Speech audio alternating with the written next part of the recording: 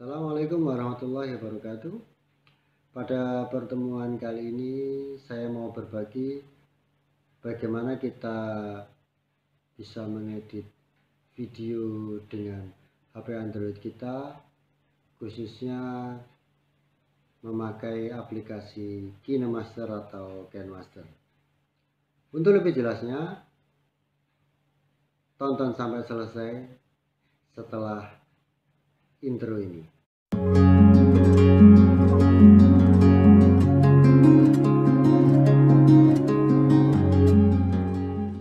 Nah, saya memberi judul atau memberi tema pada pertemuan kali ini adalah dokumentasi satu jari dengan KineMaster atau sebagian orang menyebut KineMaster. Saya langsung pada materinya, yaitu setelah kita klik aplikasi di handphone kita, nanti akan muncul seperti ini. Tetapi sebelum kita masuk kepada proses-proses berikutnya, ini saya akan menjelaskan satu-satu nama, mungkin biar lebih mudah nanti untuk kita ketahui. Yang pertama adalah monitor. Monitor ini kalau saya boleh saya bahasakan, ini televisinya untuk memonitor semua project atau mungkin semua editan yang nanti akan kita kerjakan. Yang kedua, tools atau peralatan. Nah, ini di lingkaran ini, tools atau peralatan ini saya mengatakan ini nyawanya KineMaster. Nyawanya KineMaster itu di sini. Karena berbagai fasilitas nanti ada di sini, efek-efeknya ada di sini semua. Nah, ini timeline. Timeline ini adalah project nanti yang akan kita kerjakan. Semua nanti akan di-drag atau mungkin dikirim ke sini untuk diedit atau dikerjakan. Berikutnya, undo. Undo ini tidak beda seperti yang ada di Word atau di Excel atau di yang lain. Berikutnya adalah play. Play ini adalah untuk memainkan nanti yang ada di monitor ini. Nah, berikutnya, saya akan menerangkan atau menjelaskan apa-apa yang berada di lingkaran ini, gunanya untuk apa. Nah, terutama seperti itu. Yang pertama adalah media. Media ini adalah untuk mengambil file video atau foto yang nanti akan diarahkan ke timeline 1. Yang kedua, lapisan. Nah, lapisan ini adalah tempat untuk mengambil media, tetapi dia ke timeline 2. Juga nanti di sini masih ada efek, ada stiker, ada pembuatan teks, juga tulisan tangan. Berikutnya adalah audio. Itu adalah untuk mengambil file audio, entah musik, entah instrumen atau yang lain. Nah, yang terakhir ini adalah rec atau record, untuk merekam audio secara langsung. Secara langsung dalam arti dalam aplikasi ini maksudnya. Nah, kemudian, yang saya katakan tadi di lingkaran ini adalah nyawa dari rohnya dari KineMasternya ini. Nah, ini saya buka yang tentang lapisan atau layer, ada sebagian yang menyebut ini layer. Yang pertama, media. Media ini adalah untuk mengambil file atau video, tetapi ke timeline 2. Kalau tadi media yang pertama tadi yang berada di atas ini, yang berada di tengah atas ini, itu untuk timeline 1. Nah, kemudian ada efek. Efek ini adalah fasilitas untuk video atau foto. Misalnya sedikit menjadikan warnanya sedikit lebih lebih nge-chrome atau mungkin dibuat tidak berwarna, itu nanti kerjanya jadi efek ini. Berikutnya adalah hamparan atau stiker. Ini adalah fitur-fitur video. Saya tidak menjelaskan, silahkan diklik saja nanti kalau kita sudah bekerja, nanti di sana akan banyak tampilan-tampilannya, tinggal kita pilih. Nah, berikutnya adalah teks. Teks ini adalah untuk menulis teks. Nah, jadi dia menulis secara langsung, misalnya nama, kemudian tempat. Nah, itu nanti kita tulis lewat teks, termasuk penempatannya. Nah, kemudian yang terakhir ini adalah tulisan tangan. Maksudnya tulisan tangan adalah menulis tetapi secara manual, bisa dengan tangan atau menggunakan pulpen virtual juga bisa. Tetapi bagi yang tidak terbiasa, mohon dihindari saja, karena agak lumayan sulit karena kita kanvasnya kan berwujud seperti kaca begini, bukan seperti kain. Ini mungkin bagi yang tidak terbiasa lebih baik tidak digunakan saja. Nah, berikutnya kita masuk ke proses produksi. Nah, setelah kita klik aplikasinya, nanti yang keluar pertama adalah gambar seperti ini. Apa yang harus kita lakukan? Kita klik tanda plus yang berada di lingkaran tengah ini.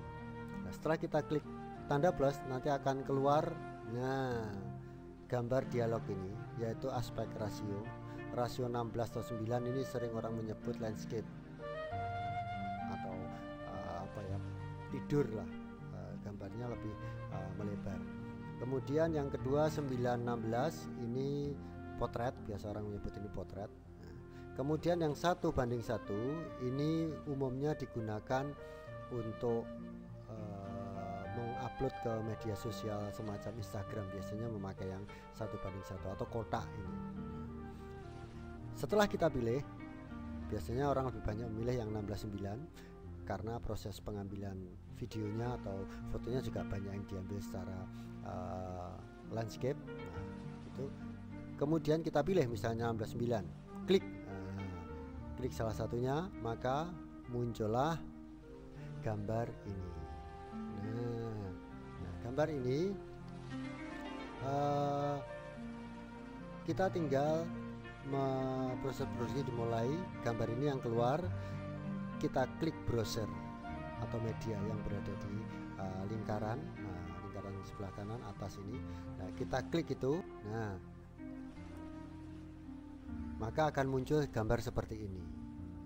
Tetapi yang perlu diingat bahwasanya gambar yang tadi, yang sebelumnya ini tadi, itu adalah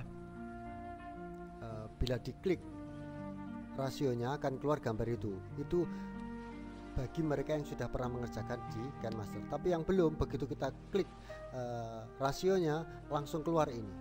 Aspek rasionya langsung keluar ini, langsung keluar pada media browsernya secara otomatis. Nah, ini adalah media browser yang ada di handphone kita, baik video, foto, atau yang lain.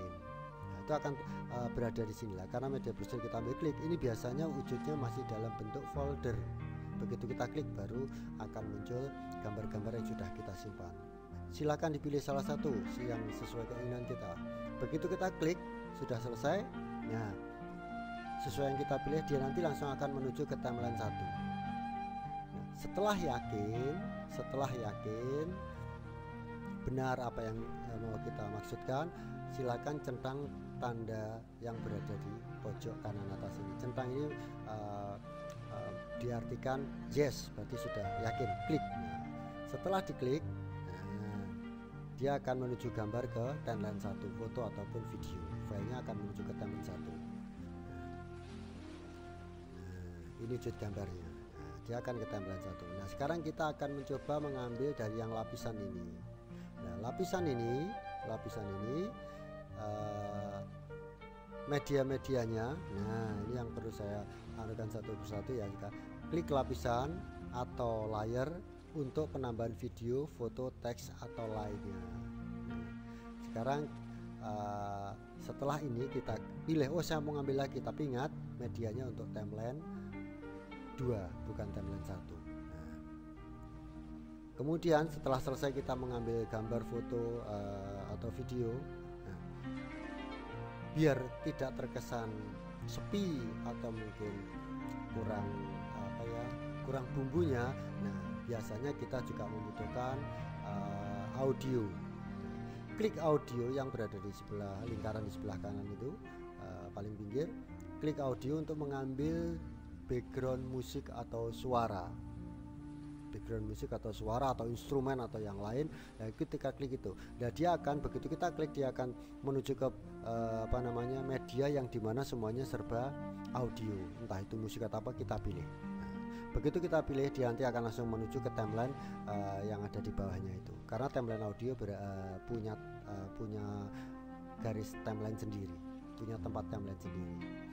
Nah, kemudian kalau merasa misalnya gambar kita di situ hanya sebatas gambar saja atau video saja, padahal di situ dibutuhkan keterangan. Nah, ini perlu kita langsung memberikan narasi dengan cara diklik recordnya. Keuntungan record di sini adalah begitu kita klik recordnya, kita bisa langsung memberikan narasi.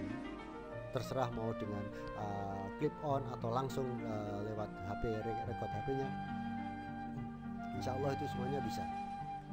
Nah, keuntungannya adalah dia juga bisa bernarasi dengan melihat medianya, monitornya. Nah, oh ini dengan begitu keterangannya akan tepat dengan apa yang disampaikan yang ada pada gambar. Maksudnya seperti itu. Nah, kemudian kita sudah masuk kepada proses pengeditan. Nah, proses pengeditan, mengedit foto, teks ataupun lainnya, cukup diklik file yang dimaksud pada timeline. Nah, setelah diklik maka akan tampak kuning ngeblok ini ya. Nah, itu berarti itu yang akan kita edit. Begitu kita klik ini akan tampak gambar di sebelah kanan monitor. Nah, ini adalah fasilitas yang berada di timeline untuk timeline 1. Kemudian apa saja yang kita butuhkan. Nah, ini saya akan menjelaskan apa yang umum, apa yang sering kita gunakan. Yang pertama adalah gambar gunting. Ini gunanya untuk memotong, misalnya videonya terlalu panjang atau yang lain, kita potong. Setelah kita klik gambar gunting, nanti akan ada dialog lagi yang kita hapus yang mana, yang tidak kita gunakan yang mana, yang sebelah kiri dihapus atau yang kanan dihapus, atau cukup dipotong saja. Lah itu nanti akan ada dialog tersendiri di gambar gunting ini, gambar cutting ini. Nah, kemudian yang sering digunakan juga adalah gambar ini, gambar speaker ini. Ini gunanya untuk mengatur volume video yang ada di timeline 1. Wah, suaranya kurang keras. Nah, itu nanti begitu kita klik akan ada semacam volume yang bisa kita naikkan untuk memperkeras, kita turunkan untuk melemahkan suaranya. Berikutnya adalah ini, gambar bintang ini untuk memberi teks khusus satu file, memberi teks tapi khusus satu file saja, jadi bukan sepanjang video, bukan. Bentuk-bentuknya, model-modelnya nanti ada di sana, silakan dipilih sendiri sesuai dengan kesenangan kita. Berikutnya gambar seperti tiga roda ini adalah pilihan efek. Kalau gambarnya kurang apa atau mungkin di situ fasilitas efeknya sesuai dengan apa yang kita inginkan, bisa kita klik di gambar itu sambungan dengan efeknya. Yang berikutnya gambar seperti equalizer ini, misalnya ini contoh kasus saja, saat kita mengambil gambar itu terlalu gelap atau kurang terang, nah itu bisa diterangkan, bisa diperjelas dengan media ini. Nah, kita langsung melangkah ke timeline 2. Nah, kita sudah kembali ke lingkaran tadi, kita klik yang layer atau lapisan, nanti akan muncul ini. Nah, begitu kita letakkan gambar ini, kita letakkan video atau foto atau mungkin background di timeline 2, begitu kita klik, kita edit, akan muncul tampilan seperti yang ada di sebelah kanan monitor ini. Nah, ini apa saja gunanya? Yang pertama adalah gambar lingkaran 3 ini yang pertama. Nah, ini adalah animasi masuk. Maksudnya begini, gambar itu tidak tiba-tiba langsung ada gitu. Kalau tidak kita gunakan itu tiba-tiba langsung ada. Tetapi kalau kita gunakan fasilitas animasi masuk ini, nanti akan bisa misalnya dari tidak masih transparan sampai kepada jelas, atau mungkin gambarnya berputar-putar dulu baru jelas. Nah, itu seperti itu. Kemudian yang kedua yang sering digunakan adalah ini. Nah, ini adalah animasi keluar, lawannya animasi masuk tadi. Juga mau pelan-pelan hilang, fade out, atau mungkin berputar dulu baru hilang. Nah, itu selera kita. Kemudian gambar ini gunanya untuk memotong seberapa dan seterusnya, gitu ya. Nah, mengatur transparansi. Nah, mengatur misalnya gambar, karena gambar 2 ini, timeline 2 ini akan menutupi timeline 1. Nah, agar tidak kelihatan menutupi secara penuh misalnya, agar samar-samar, nah itu bisa gunakan kita atur lewat transparansi. Gambarnya yang seperti ini, yang sebelah putih utuh, kemudian kotak-kotak putih hitam. Nah, itu bisa kita atur. Di sana ada macam display untuk mengatur kelihatan jelas atau mungkin samar-samar. Nah, kemudian ini kalau kita kepengen mengedit teks, setelah kita lingkaran tadi layar, kita klik, teksnya akan muncul seperti ini. Nah, ini kita klik yang ada di tengah ini. Nah, ada coba ini, saya nulis contoh coba misalnya.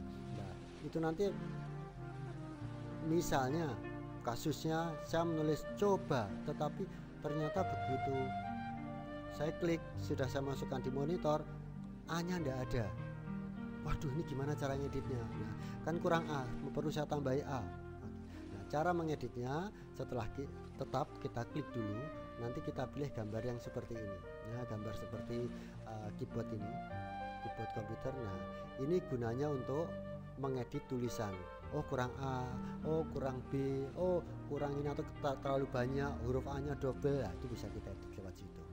Kemudian gambar AA ini, nah ini adalah fasilitas untuk memilih jenis font atau huruf dengan cara ini. Nah, banyak hurufnya itu masih biasanya dalam bentuk folder, kita klik nanti akan muncul tampilan-tampilan jenis-jenis huruf.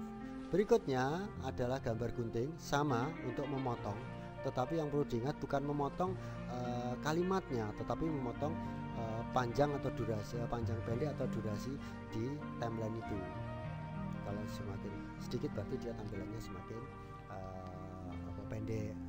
Kemudian, nah ini untuk memilih gambar putih ini adalah pilihan untuk warna tulisan. Tulisan kita buat merah, kita buat biru dan seterusnya. Untuk animasi masuk, animasi keluar sama seperti tadi, sama seperti yang ada di timeline 2 untuk media dan foto tadi. Berikutnya, nah ini yang sering dibutuhkan, sangat dibutuhkan, yaitu di antara gambar di timeline 1 ini ada gambar plus seperti ini contohnya. Gambar plusnya adalah ini. Nah, di antara dua gambar, ini gambar hitam dan sebuah gambar atau sebuah foto. Nah, ini ada tanda plus. Plus ini gunanya untuk apa? Nah, gambar plus ini adalah fitur transisi yang disediakan. Untuk menggunakannya cukup diklik gambar plusnya.